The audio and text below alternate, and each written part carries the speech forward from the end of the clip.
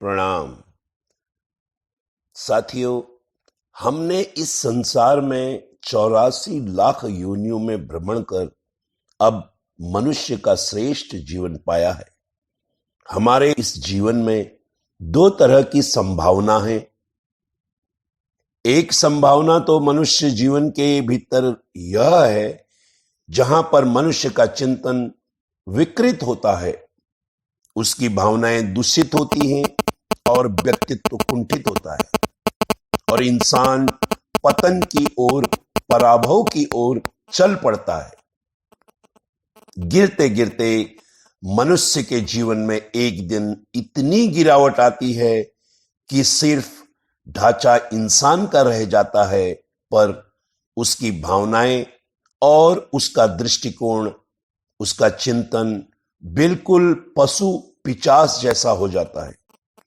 एक संभावना मनुष्य के जीवन के अंदर यह है जहां पर वो चेतना विकृत है, भावनाएं विकृत हैं, दृष्टिकोण विकृत है, सोच विकृत है और इंसान सिर्फ आकृति के रूप में बिल्कुल मनुष्य है, प्रकृति के रूप में वो पशुता को अपना कर बैठा है।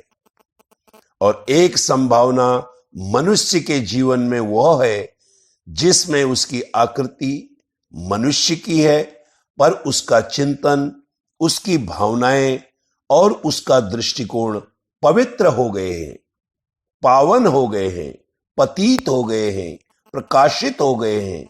और ऐसी संभावना मनुष्य के जीवन में जागती है तो उस मनुष्य के जीवन के भीतर आप परमात्मा की उपस्थिति को महसूस कर सकते हैं।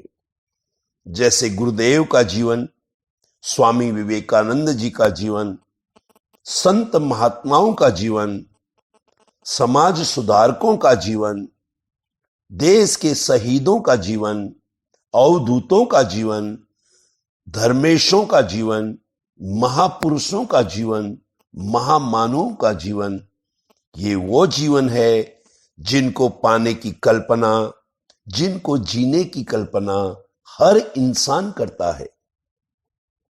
कौन नहीं चाहता है कि उसके जीवन में वो प्रकाश उत्पन्न हो, उसकी चेतना आलोकित हो, जहां पर उसके अंदर की शांति उसको मनुष्य के अंतिम शिखर पर ले जा सके, उसे प्रदर्शित कर सके।